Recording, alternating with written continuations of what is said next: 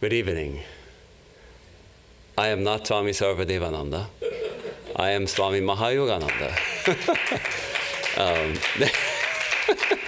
Because Swami Sarvadevananda, he landed just a few hours ago from a trip to Berlin. He was there for a full week. So he, knowing him, he was, can you hear all right? Is it working? So he was feeling quite confident that he would be up for doing his class because you know him. But it turns out that he really is worn out and he needs to rest. So he asked me at the last minute, can you do a class, do something? He went to Berlin, Germany. For a retreat. Swami Ganeshanandaji invited him for a retreat, so this weekend he had a retreat, and he spent the other days just, I guess, in the holy company with the monks and brahmacharis. They have four or five novices there at the Berlin Center, so they have a wonderful community, monastic community, and he had a good time with them and with the devotees. They have a good core, solid core of devotees. So I thought, since it was probably 2 or 3 months ago that we took up the Song of the Sannyasin, this amazing poem of Swami Vivekananda, and we got through the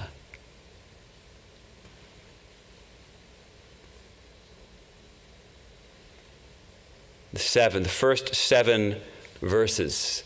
So I thought, why not take up the remaining 6 verses tonight? And we'll start with our chant.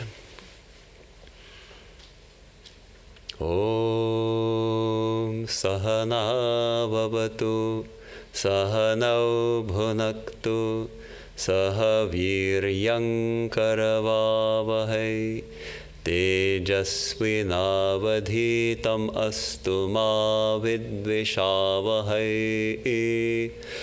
Om Shanti Shanti Shanti. Om. May we be protected together. May we be nourished together. May we gain strength together. May our learning shine forth in our lives. May we not find fault with one another.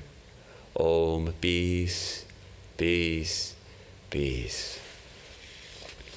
I also just came in today from Houston, but I only had a 3-hour flight and he had a 12-hour flight, so I guess I'll be okay.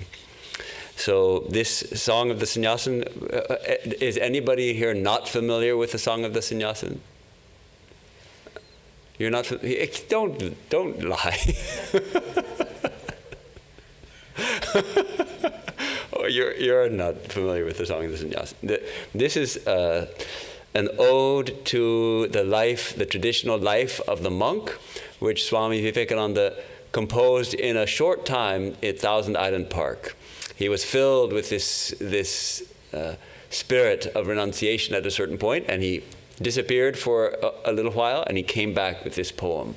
He was there with his close disciples and spending 7 weeks in a cottage on an island in the St. Lawrence River, very much cut off from the ordinary workaday world, though not completely isolated. It was a community there, started by Methodists, I believe, and so it was. But it was a bunch of small cottages and medium-sized cottages on this island, one of the many islands in the St. Lawrence River, and that island is called Thousand Island Park. So he was there from the June 18th to August 6th, and it seems that he also granted this ordination of sannyasa, this Hindu monasticism, to 2 people. On July 7th, to Abhayananda, Mary Louise, and on July 22nd, to Kripananda, formerly Leon Landsberg. And he also granted the brahmacharya, the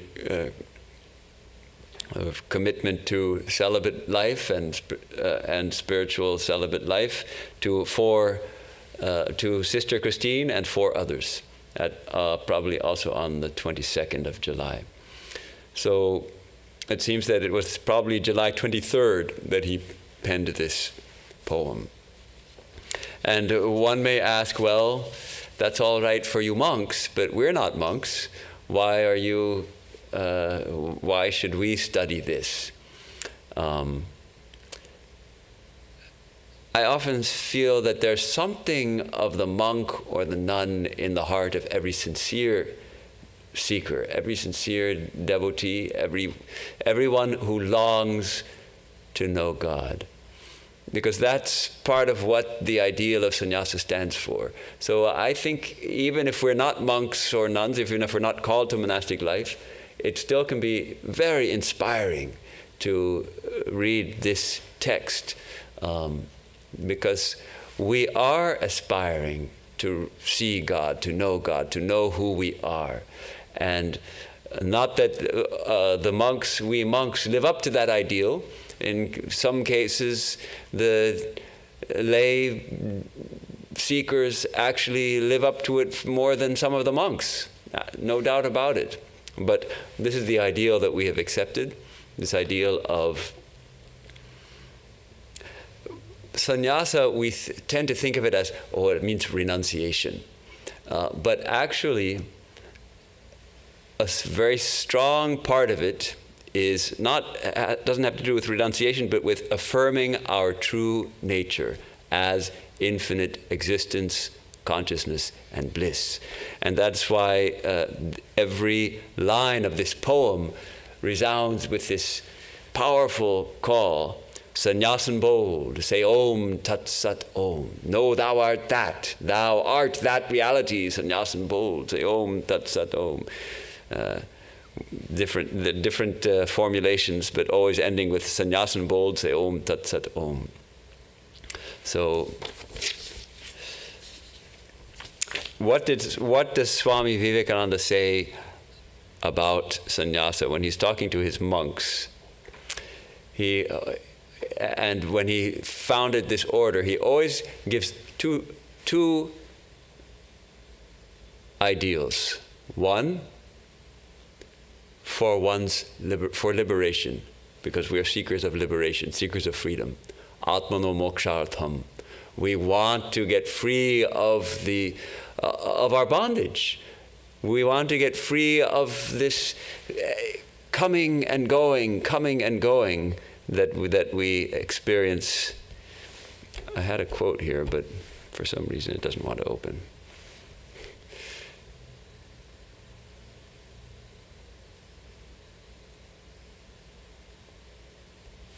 Well, I guess it wasn't meant to be. We want to get free of this eternal round of birth and death and birth and death and chasing after, having to do the dishes. How many times we have to do the dishes? Let's get free. No more dishes.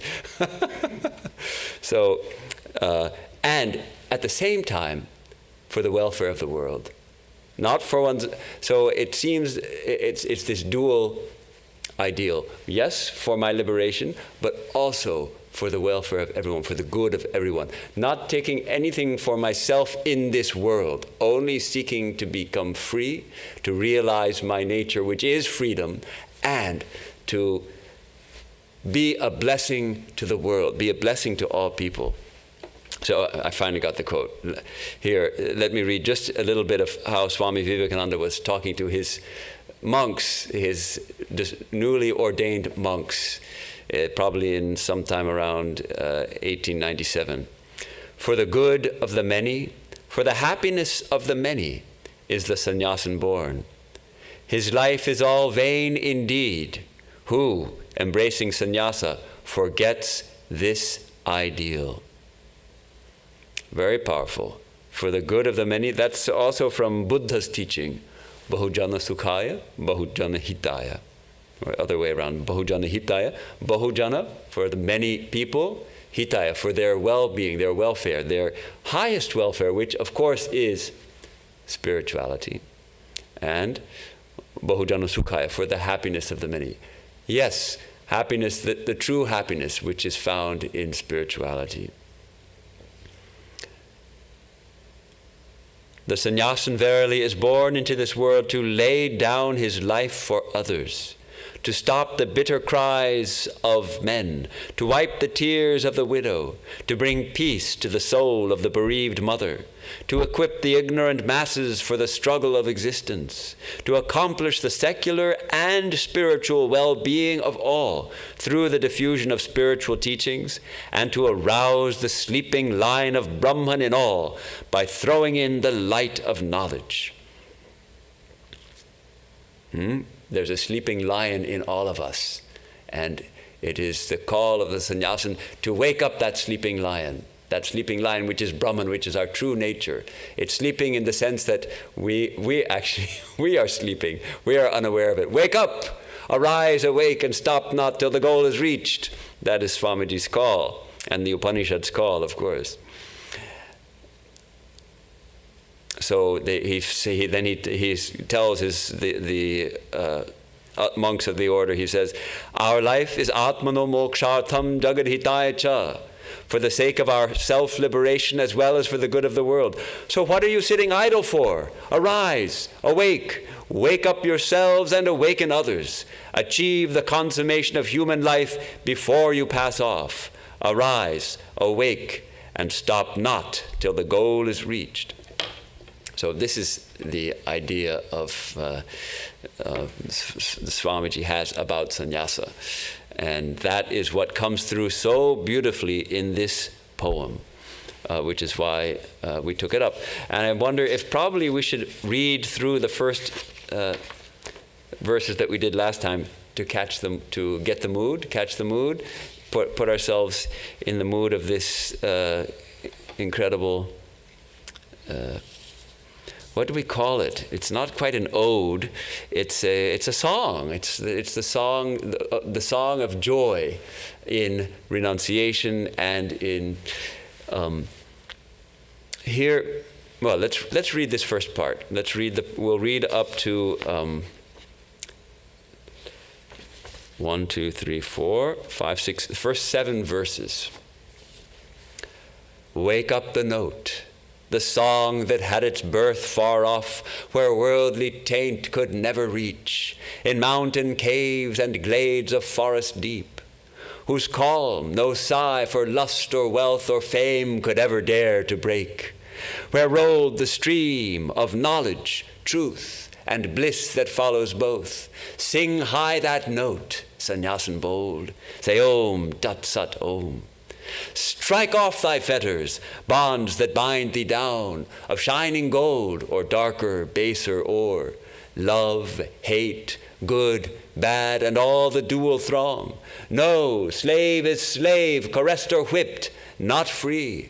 For fetters, though of gold, are not less strong to bind. Then off with them, Sannyasin bold, say Om Tat Sat Om. Let darkness go, the will-o'-the-wisp that leads with blinking light to pile more gloom on gloom. This thirst for life forever quench. It drags from birth to death and death to birth the soul. He conquers all who conquers self. Know this and never yield, Sannyasin bold. Say Om Tat Sat Om. Who sows must reap, they say, and cause must bring the sure effect. Good, good, bad, bad, and none escape the law. But whoso wears a form must wear the chain. Too true, but far beyond both name and form is Atman, ever free. Know thou art that, Sannyasin bold.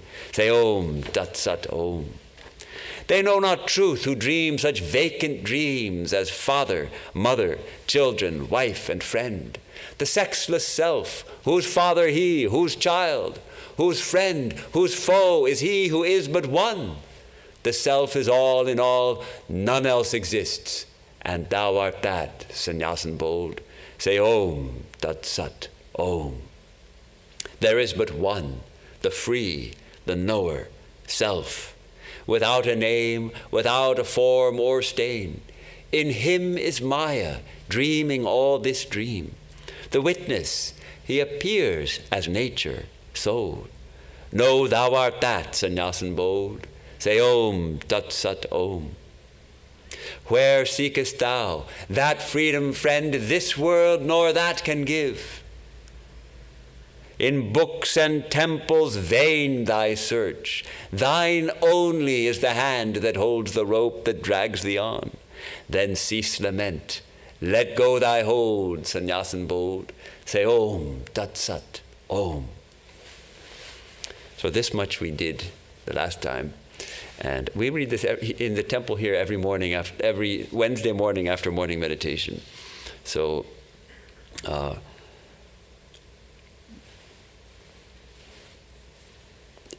we have. I guess we should just dive into the 8th verse, because if I started on these, we'll take the whole time discussing these first seven verses. But you see, there's on the one hand this. Of course, it is firmly based in the Advaita school. This is part of the Jnana Marga, the path of knowledge. The traditional sannyasa is part of the path of knowledge. My true nature is infinite consciousness and bliss, and I am not these things that I think I am. So I am not my deeds. I am not. Just give all those things up. In the beginning, we have this idea of just let go of all those things which are holding you back. What are those things? Our attachments, our desires, our entanglements. Give them all up, give them all up, give them all up, and be free, so that then can we truly be, when can we truly lay our lives down for others? Then can we truly serve others, when we're free of all the cravings, all the desires, all of that. And this amazing, this 7th verse is amazing. Where are we seeking? We're all seeking for freedom, and yet we're looking, that old song, was looking for love in all the wrong places. We're doing the same thing. We're looking for freedom in all the wrong places, and neither in books nor in temples. We're being dragged along, but who's holding that rope? We are. Cease lament. No more need to grieve. Just let go. Let go your hold, Sannyasin bold. Say Om Tat Sat Om.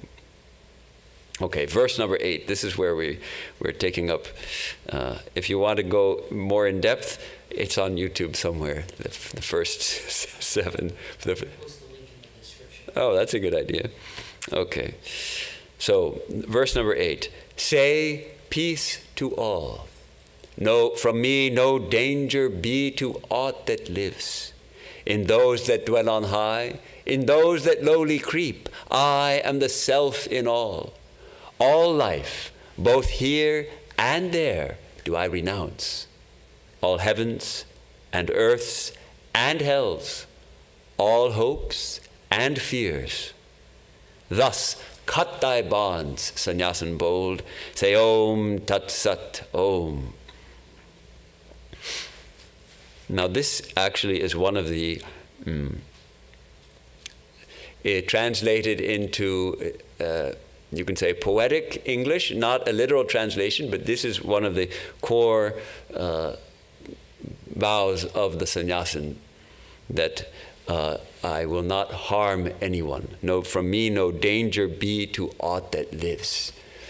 Why? Because actually, whatever lives and my true self are not separate. I am the self in all. My self is the self in all beings.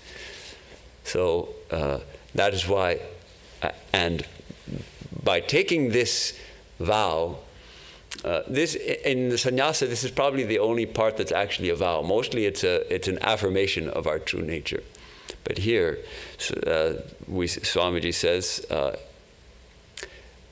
in this kind of vow, I will not harm. Why? Because everything proceeds from me. Everything is all are in me, or myself, my true me is in all.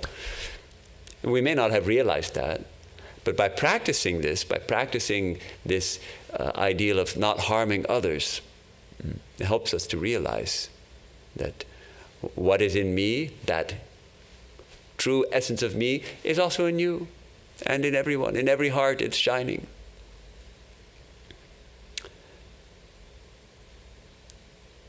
All life, both here and there, do I renounce. Here and there, what does it mean? Well, these hopes and fears, and also heavens and earths and hells. Part of the sannyasa tradition is that we give up not only desire for earthly life, but even desire to go to heaven. In fact, Swami Vivekananda once caused a stir by one of his lecture topics was how not to go to heaven. Because all the churches are like, we want to go to heaven. Everyone wants to go to heaven. Everybody, there was that blues song. I heard it. I don't know who composed it first, but the first verse goes, everybody wants to hear the truth, and yet everybody likes to tell a little lie. Yes, everybody wants to hear the truth, yet everybody want to tell a little lie. Everybody want to go to heaven, but don't nobody want to die. Everybody wants to go to heaven, nobody wants to die. Well, this ideal is, yes, die, and don't go to heaven. Be free. Because in our Vedantic idea, heaven is also a place, as it were. And going there is the result of our good actions. And because even if we did many, many good actions, it's a limited number of actions. So going to heaven will also have a limit. It will be temporary. And we will have to come back again to the karma bhumi, this earth. And then again, back to heaven, back to earth, and then we do some bad things, and maybe we have to go to hell for a little while. So we're giving up all of those. The life here and there do I renounce. Heavens, earths, hells, hopes, and fears. That's a tough one. On the one hand, fears it may be difficult to give up, and hopes probably even more difficult to give up. To be hopeless. To have no hope. It sounds very dark, doesn't it? Don't hope for anything.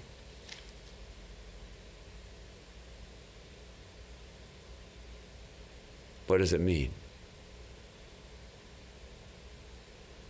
Not to expect anything, not to hope too much, or this is gonna happen, that's gonna happen, but just kind of go with the flow, perhaps. Yeah, maybe. Just go with the flow. Just be who you are. Yeah. But from the standpoint of this poem... I'm sorry, what? I would just interpret that as being present. I would just interpret that as being present. Being present. You would interpret it as being present. Mm-hmm. How it means you're living the future. Mm-hmm. Yeah. Exactly. Give up all possibilities. So without hope, what is there left? Without hope, what is there left? Without hope, what is there left? Yes, if we live in time, and if we're constantly working for the next thing in time, then we will have hopes. But in this poem, Swamiji is saying, you are infinite bliss right now. Your true nature is freedom. You are free. Sing that song of freedom. You don't have to hope for anything. You are that already. Where will you go to find it? Just let go your hand, because your own hand is the hand that's holding the rope that seems to be dragging you on through life after life, and through experience after experience, sometimes pleasant, sometimes painful, again pleasant, again painful, dragging through life after life. Let go. And be yourself, your true infinite self of infinite bliss. So don't hope for anything here or in any heaven. Don't hope for any future state of bliss in heaven. You are that now. That's the idea. Cut thy bonds. In the Gita, We have that chapter 15, which we have been chanting on Sunday mornings after meditation, where this world is likened to a big tree. This universe is likened to a giant ashwatha tree, a banyan tree, with its roots above and its leaves below, and it's incredibly complex. And what is the seeker instructed to do? Chop it down. With what? Asanga shastrena, with the axe of asanga. Actually, it means detachment. The axe of detachment. We cut that tree. So that's reflected here also. Cut thy bonds. All right. By the by, if you have any questions or comments and you feel like interrupting me, go ahead. This informal class. Yes. No, we have the mic. Oh, you have the mic. Yeah. Okay. Isn't it a sin to destroy a tree, especially a beautiful? I mean, the banyan tree survived now. It's symbol now. Yeah. No. But this is a symbol. It's symbolic. It's not that we're chopping down a living being. We're not destroying a living being, which is a tree in some garden somewhere. The whole universe is envisioned, is symbolized by this tree, and we are cutting that, as symbolizing we're cutting our bonds. This very thing. Cut thy bonds. So, and the axe, it's not an axe made of steel. It's an axe made of the razor sharp discernment and detachment in our minds, our buddhi, that we, with our intellect we sharpen that axe through discernment and detachment. We're discerning the eternal from the non-eternal, and the good what will help us forward from what will take us backward. And we sharpen that axe, and then we cut our bonds with that. Heed then no more how body lives or goes. Its task is done. Let karma float it down. Let one put garlands on, another kick this frame. Say naught. No praise or blame can be where praiser praised and blamer blamed are one. Thus be thou calm, Sannyasin bold. Say Om Tat Sat Om. All right, so after this 8th verse, which embodies in it some of the vows and mantras of the sannyasa ordination, after that, heed then no more how body lives or goes. Its task is done. What is to have been done has been done. We have given up everything and affirmed our true nature as infinite consciousness and bliss. What more can we need? So now let the body may live on or it may go. What matters it? Its task is done. Let karma float it down. What a beautiful poetic image. Our body, what causes this body? Why this body after all? Why? Karma, yes. Karma brings it here. Desire, karma. It's our the idea of prarabdha karma, the karma that is fructifying in this lifetime. We still have more karma that is there to lead to future births, and we're creating karma in this life, which may lead to future births, or it may lead to the experience of joy and or misery in this life itself. But the prarabdha karma, it is said this body will last as long as that karma is not exhausted. And that's what he's referring to here. Let karma float it down. All right, it sounds so gentle, doesn't it?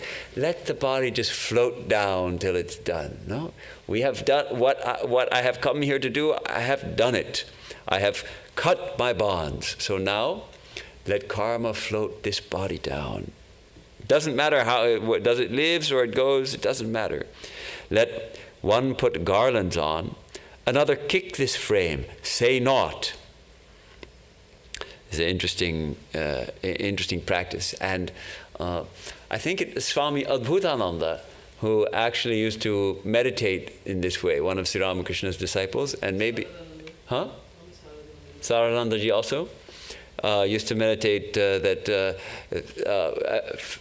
visualize some people praising him and putting garlands and whatnot, and then after that visualizing horrible things like people spitting on him or throwing rubbish on him, and just think: can you keep calm if someone comes up to you and spits on you? How will you feel?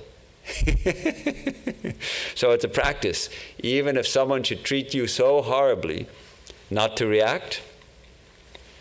Okay, this is not suggesting that we become doormats and let everyone walk over us. This is from a different perspective. This is from the idea of that highest state of realization where it is one. And actually this separation between us is a mere illusion. So what does it matter? I am not this body. So what does it matter if some spit goes from one body to another? That's not me. That's this idea of the sort of the culmination of jnana. So it's a question: what would Swami Vivekananda do? You know, he had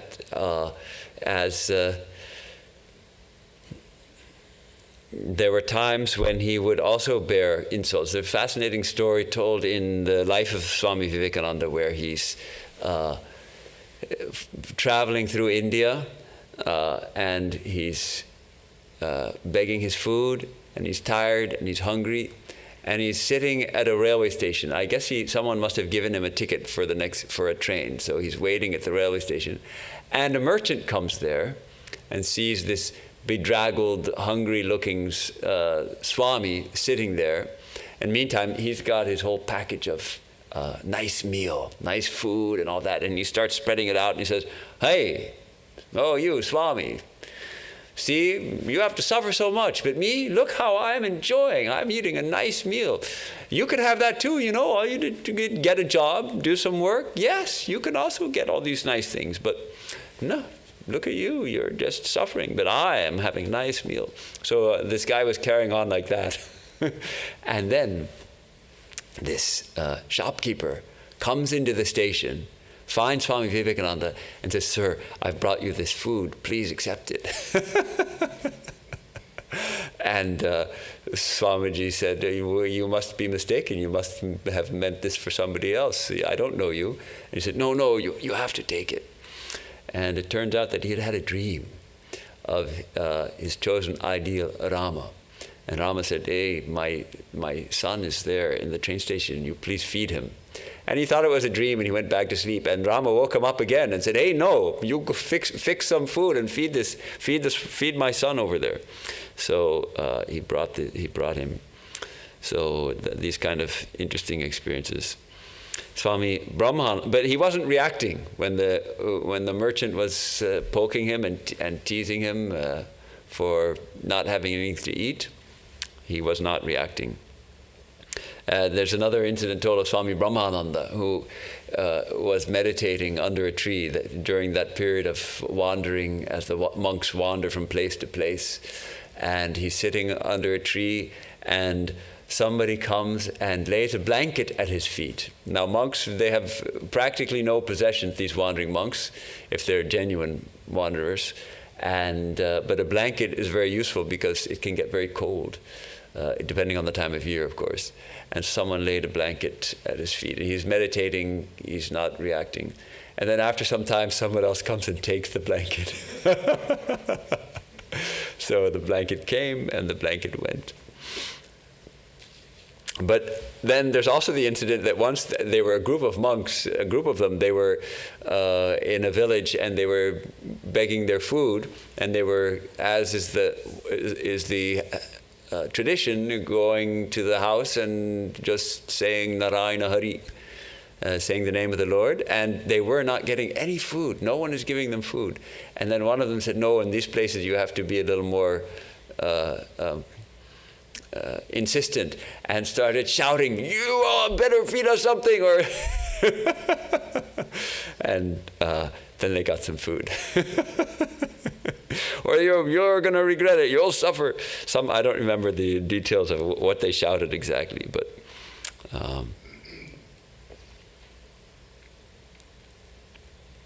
so there is a risk here, because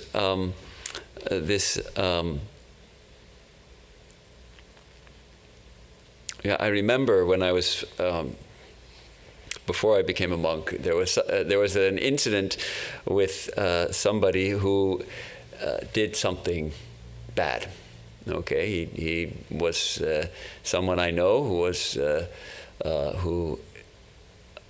a teacher of a number of people, and he had a fall from the ideal, and a part of me wanted to say, well, I shouldn't blame him. Like, how can I blame him? After all, praise or praised and blame or blamed are one. Because I knew the poem already.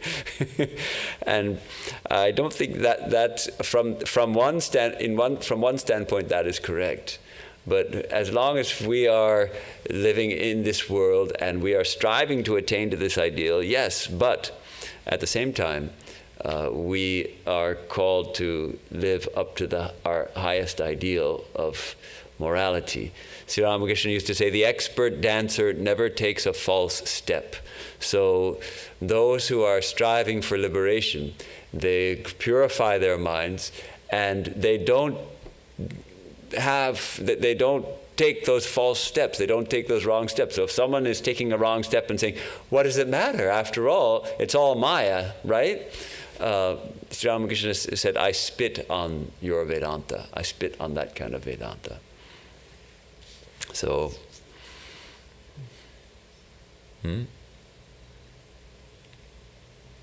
So, thus be thou calm, Sannyasin bold. But it's a good practice. It's an interesting practice. We can try it sometime while meditating. Take a few minutes and imagine someone insulting us and feeling like we don't react.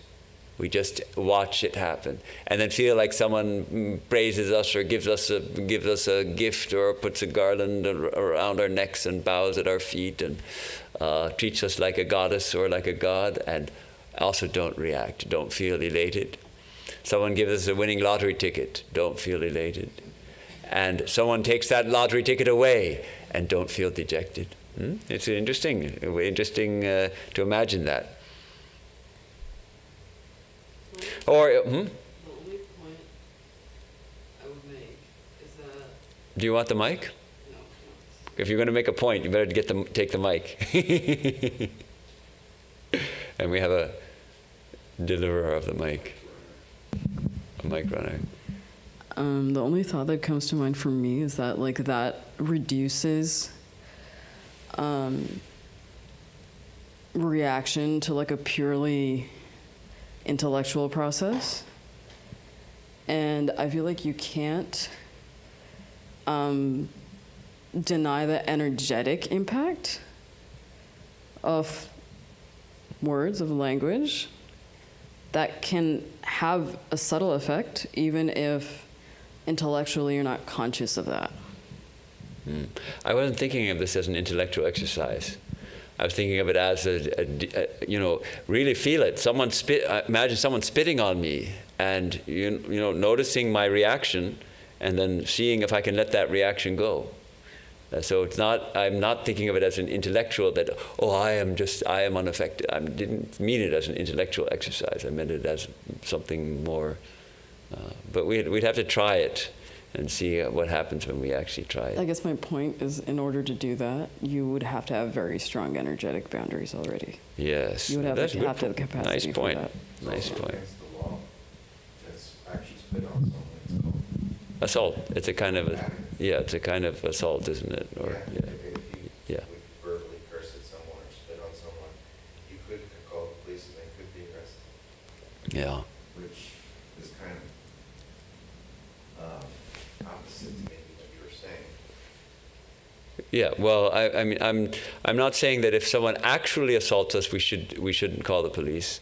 I'm saying that as a practice of developing that inner strength to be unaffected by because and that's of course taking it to an extreme. But people insult us sometimes when we're driving. Sometimes maybe we didn't mean to, but we end up cutting someone off a little bit, and the person gets mad and flashes something at us, right? We call where they flash the bird, right? And how do we feel then? What do we do? Do we get angry? Do we honk on our horn? Do we flash it right back? Or do we smile? Or do we smile? Or do we laugh? Or do we just calmly say Om Tat Sat Om? What do we do? Because it happens here in Southern California. It's not uncommon, is it? These things happen.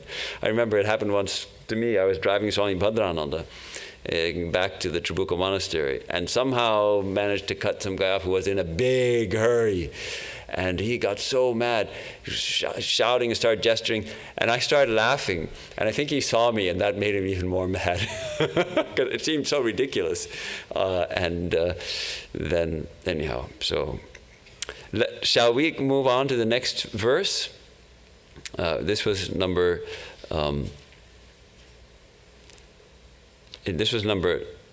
9, right? Let's go to number 10. Truth never comes where lust and fame and greed of gain reside. No man who thinks of woman as his wife can ever perfect be, nor he who owns the least of things, nor he whom anger chains can ever pass through Maya's gates. So give these up, Sannyasin bold. Say Om Tat Sat Om. So we'll have to. I mean, I always think if I was a woman, I would read this as no woman who thinks of man as his husband can ever perfect be. And of course now, or we should say, no person who thinks of another person as his spouse can ever perfect be. That might be the, huh? No person who thinks of another person as their spouse can ever perfect be. Yes, but then it loses a little bit of the poetry. Let's accept that this was written in 1895, and it's going to have some language that's not meeting the standards of equality that we expect from language today, but it's still a very powerful and beautiful poem. And so truth never comes. So these are the 3 big obstacles in spiritual life. Sri Ramakrishna particularly emphasizes the first and the third, lust and greed. And there's also this desire for fame. And actually for Swamis, that's a big one. Because, at least externally, they have given up they're not getting opportunities to satisfy lust or greed, but they do get this chance to satisfy the desire for fame, because some monks do become famous. Yes. Didn't Swami Vivekananda say that fame and name and fame were harder to control than lust and greed? Yeah, it was more. They say it's a more subtle desire. And he also said that none of his brother disciples could have digested the fame that he received here in America. And then returning to India after he was in America, the adulation of the whole country, and he could digest it, but how many people could digest that? So,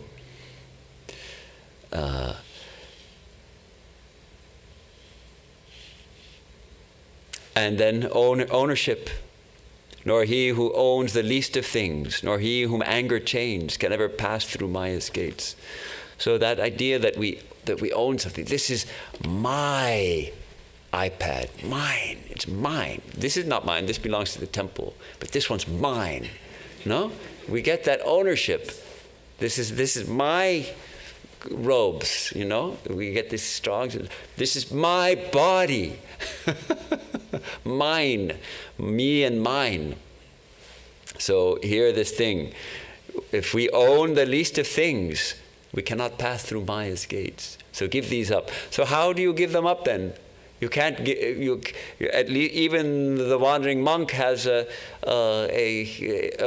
least a loincloth, right? All for the sake of a loincloth. You remember Sri Ramakrishna's story? Do you all know the story of the loincloth? There was a monk, he had a loincloth, a kopin, which is actually just two pieces of cloth. And Ramana Maharshi, you see the pictures, he just got that loincloth where he's wearing that. So this monk, that's all he had. And he'd wash it and hang it on the branch to dry, and then there was a rat or a mouse which started nibbling at it. And so he got like what to do. And so he got a cat to chase off the mouse so that they wouldn't nibble his loincloth, because where are you going to get a loincloth every day? And then, but then he had to feed the cat, so he had to go beg milk from the villagers to feed the cat. And the village said, look, we can give you milk 1 or 2 days, but you'll need a cow, actually. If you need milk, you need a cow. So then he got a cow. But then he needed to feed the cow. So then he needed a little bit of land to grow some fodder for the cow. And then before he knew it, he had expanded his holdings. He had a farm. And he had a number of cows, and he had workers. And then he needed a wife to look after the household. So he got married. And then one of his brother monks happened along that way and found him leading a comfy life as a landholder and farmer and householder, and it's like, brother, what happened to you? And he kind of shocked a little bit, half to his senses, seeing his brother monk. He said, oh, brother, it was all for the sake of a piece of loincloth. So that ownership, no, it's mine. Well, we can feel that we're custodians. We're custodians of our car, of our house, if we have a house, of our iPad. Let it be God's iPad. The Swami Shantarupananda, you know what he would call it? He would call it thou pad. And thou phone. So, yes. Naupad, be a custodian. I always admired the devotees in Des Moines who named their homes. And they named it a Holy Mother's house, or I don't remember what some of the other, but they named their homes actually with spiritual names. So to reduce that sense of ownership, this is my house. No, let it be God's house. I'll be the caretaker. That bank balance, that pension fund, all those things, let it be God's money. And I'm just a caretaker. That way we give up the ownership. And anger. Anger is another chain. Kama, krodha. All these things. Lust, fame. Lust and fame and greed of gain and ownership, anger. These keep us from realizing who we are as infinite bliss. So give these up. Give them up. Sannyasin bold, say Om Tat Sat Om. And then comes, the next is one of my favorite verses. After he says, give these up. Have thou no home. What home can hold thee, friend? The sky thy roof, the grass thy bed, and food what chance may bring. Well cooked or ill, judge not. No food or drink can taint that noble self which knows itself. Like rolling river free thou ever be, Sannyasin bold. Say Om Tat Sat Om. So this giving up, it's not something painful. It's not something that is difficult to do. Oh, I want it so much, I'm going to give it up. No, we are free. We are giving it up freely because we are like a rolling river. We are free like a rolling river. Be like that. This idea of home is very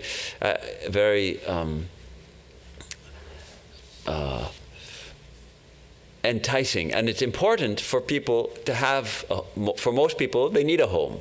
I think most people need a home. And yet for the monk, Have thou no home. And somehow it really appeals to me. I don't feel like this monastery is my home. Though I've heard some monastic members who shall remain unnamed say, I've been told, welcome home, or it's good to be back home, someone who's gone out and come back. But I always say, I have no home, have thou no home, because where is our home? Where could we be limited if we can go everywhere and the Spirit is everywhere and we are free in the Spirit, roaming from place to place? Of course, this is hinting at the traditional Sannyasin's wandering life, where the sky is my roof and the grass is my bed, and food is just what I can beg with my hands or with my little begging bowl, whatever chance may bring. And whether it's cooked well or cooked poorly, it doesn't matter to me, because I am that infinite self. And we use this saying when one of our cooks maybe doesn't quite succeed in the kitchen so well, then we'll say to each other, "Food, what chance may bring." Of course, we monks also like to eat good food. Everybody likes to eat good food. So, but if it's not well cooked, all right, we can have a strong reaction. I won't eat it. Throw it out, man. Or we can say, all right. Sometimes it's good, sometimes it's bad. Could we appreciate good food if we hadn't had bad food? Do you think we could appreciate really good food if we hadn't had just ordinary or bad food? I don't think we could. We wouldn't know how good it was.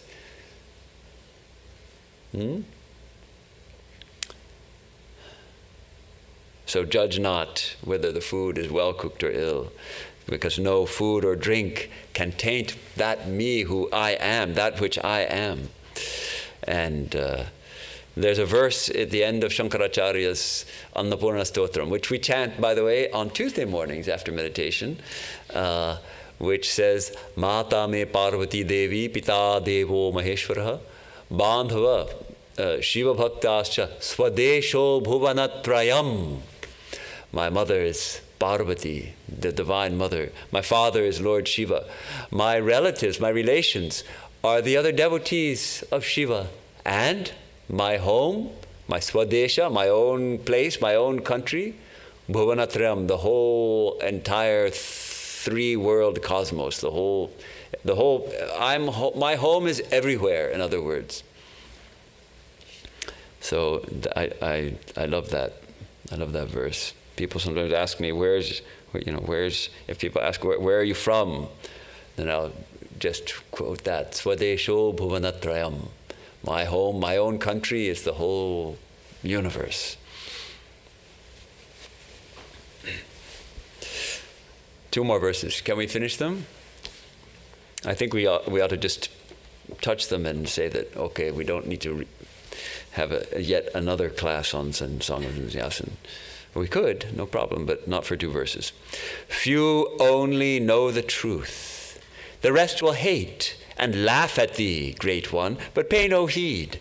Go thou, the free, from place to place, and help them out of darkness, Maya's veil. Without the fear of pain or search for pleasure, go beyond them both, Sannyasin bold. Say Om Tat Sat, Om. True. Most people are still asleep. Most people are still asleep to the life of spirit. They're awake only in the life of matter. As the Gita says, the yogis, they are awake where others are asleep. And the worldly ones, they are awake, there the yogi sleeps. Because the yogi, the illumined soul, is for him, this world of matter is nothing. I sleep there. The yogi, the yogini is awake in the spirit. So this idea, yes, few only know the truth. And those who are fully asleep, deeply asleep, they won't like you. They won't like those who are becoming monks, of course, or even,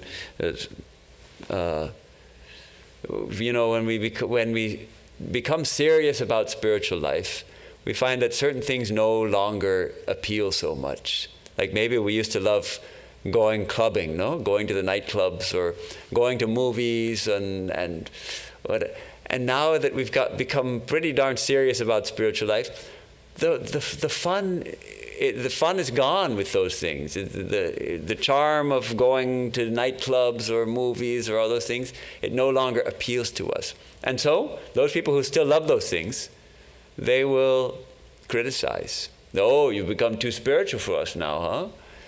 So, but pay no heed, great one, pay no heed. Go thou, the free, from place to place and help them out of darkness. So that's the role of the yogi. That's the role of the sannyasini and the sannyasi.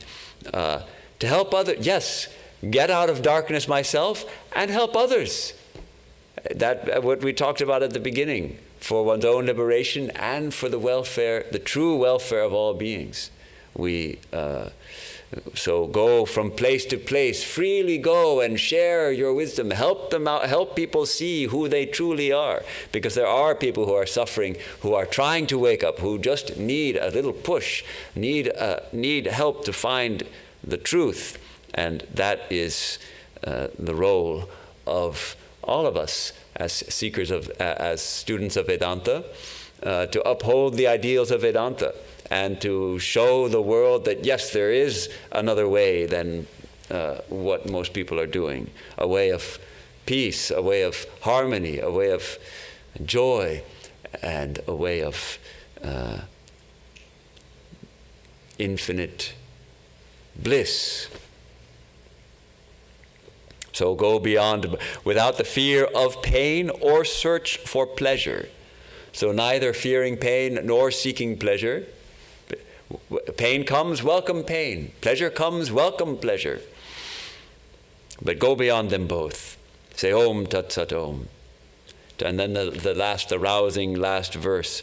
Thus, day by day, till karma's powers spent, release the soul forever. No more is birth, nor I, nor thou, nor God, nor man. The I has all become. The all is I, and bliss. Know thou art that. Sannyasin bold. Say Om Tat Sat Om. Karma's powers are finally spent. No, we had this, that karma floated down. Now karma's powers is fully spent. And the soul is released forever. The body falls away, and who I am is released forever in moksha. No more birth, not even I, nor thou, not even God, not even a separate God, because thou art that. The I, that limited I that I thought was just me, that was just here, constrained within this little body, within this little heart, has become all. The I has all become, and the all is I. And what is that? Bliss. And Sannyasin, seeker, know thou art that. Say Om Tat Sat Om. So that is the second half of the Song of the Sannyasin, as it occurred to me what to say about it. It's one of my favorite poems, and monks should memorize this, and seekers who are, if you have some, and most of us practice primarily the path of devotion, but we have also this side in our life, this side of jnana, this side of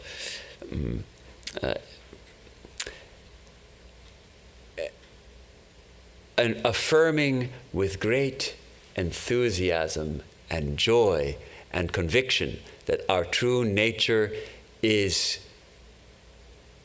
consciousness and joy. How beautiful. And this poem has so much enthusiasm. And though it says have been no hope, right? But this poem actually gives great hope, because it tells us again and again, you are that. You are joy.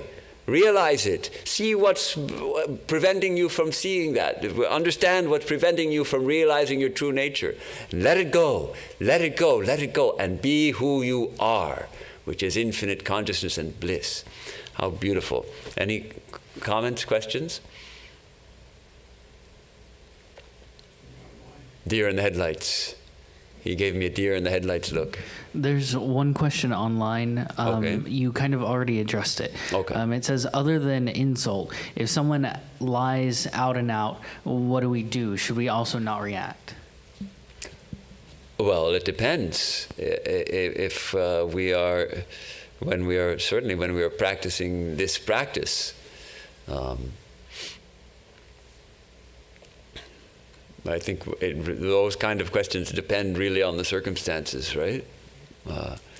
If my brother in the monastery lies to me, I'm going to call him on it, because monks shouldn't lie. But they don't. I mean, I haven't had a brother lie to me in the monastery that I know about. But if one did, I would call him on it. If a devotee lies, I probably would call him on it or call her on it. That what you call yourself a follower of Vedanta and you're telling lies? So I probably would. But You don't bear false witness against your neighbor, right. so that would be considered lying. Yes. So that But would be it- breaking a commandment. But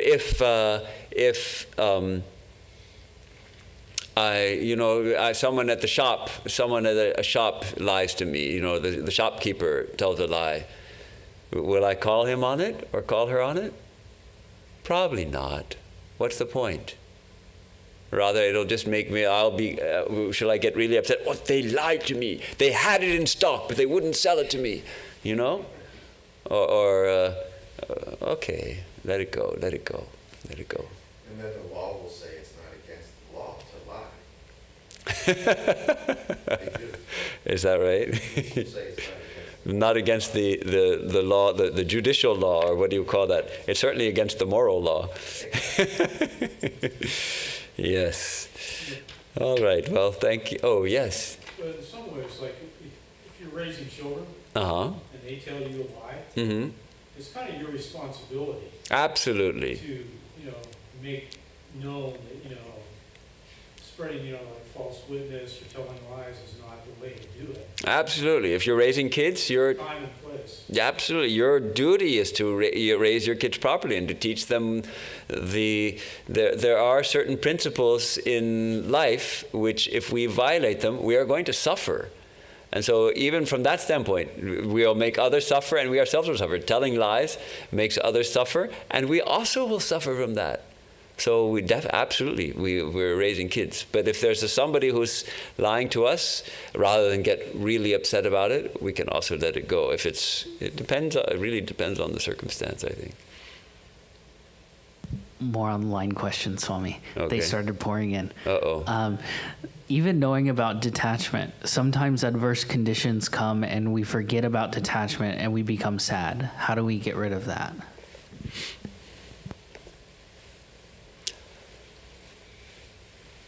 It's okay there was a song, probably some of the people who are like around my age, who grew up in this country, would know the album Free to Be You and Me. Do you remember that? Anybody? Yes. And there was a song, It's All Right to Cry. And I still remember that. It's all right to cry. Crying lets the sad out of you. It's all right to cry. It might make you feel better. Do you remember that? Did it ring a bell? Yeah. So, all right. So, yes, sadness comes, happiness comes. Grief is a part of life, but if we are getting really depressed because we're caught in a situation, and we find, if we can recognize, maybe that sadness will help us recognize, oh, I'm really attached here. And then we work on the detachment. It's a life's work to attain this kind of detachment. But Swami Vivekananda also says it's in detachment that true bliss lies. And it doesn't mean, don't think it means being unfeeling.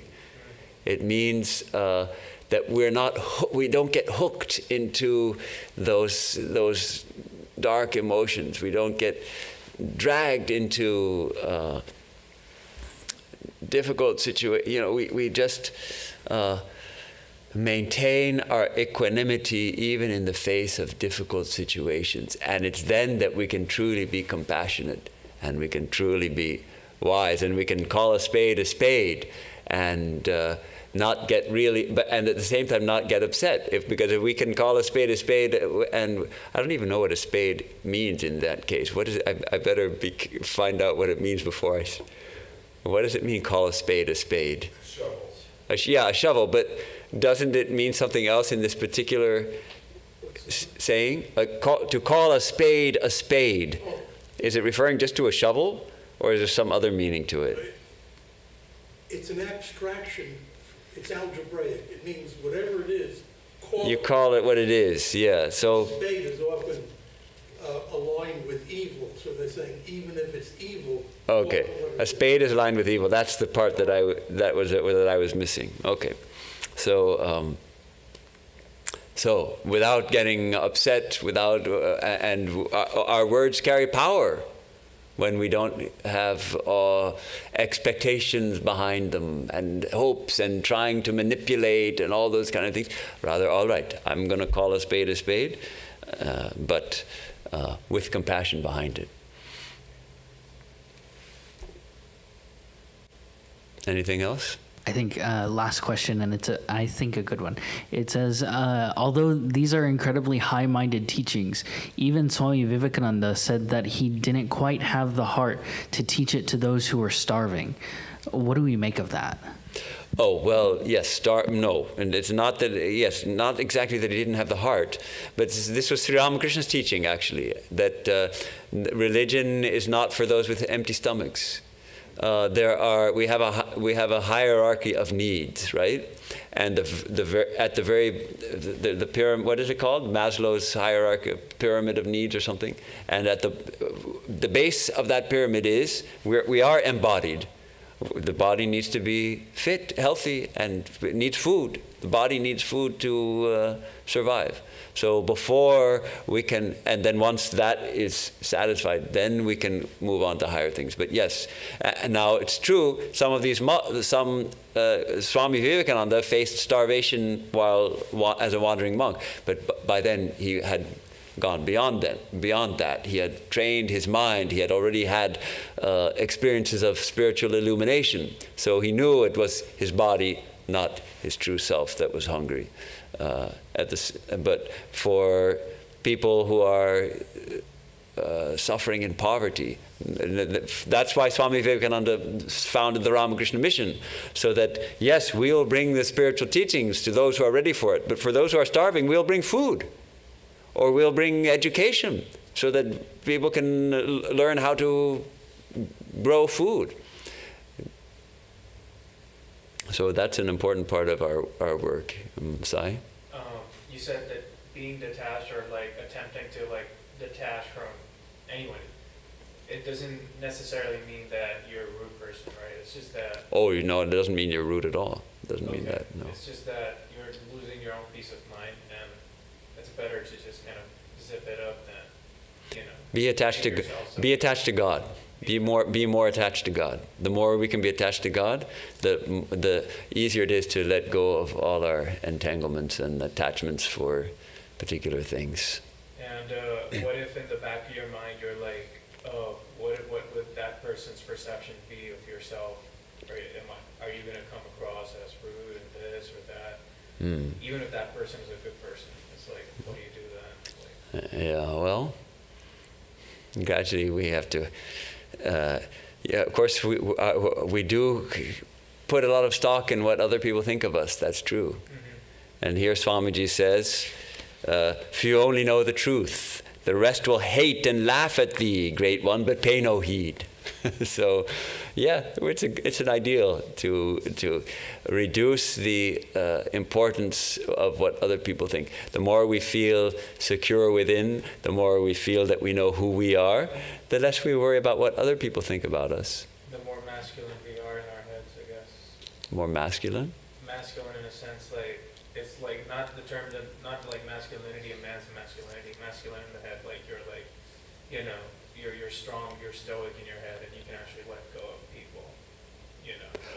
Well, maybe I don't think it's not. I didn't mean it like that. I'm not. Don't misunderstand. Detached doesn't mean that you're not going to pay attention to people. You're rejecting people and all that. It means that you don't have expectations from them. Okay. So you can love them without expectation. I mean, that's maybe part of what it means. Shall we close now? Thank you. Thank you for giving me this opportunity to share some thoughts on one of my favorite poems. Let's take just a moment of silence.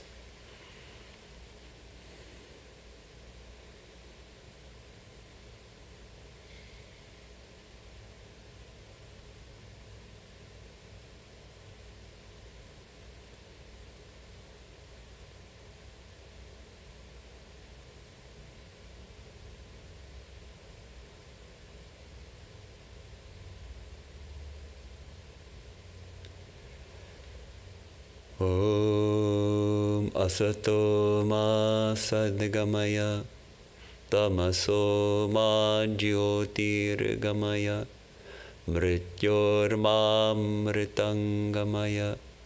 Om shanti shanti shanti. From the unreal, lead us to the real. From darkness, lead us unto light. From death, lead us to immortality. Om, peace, peace, peace.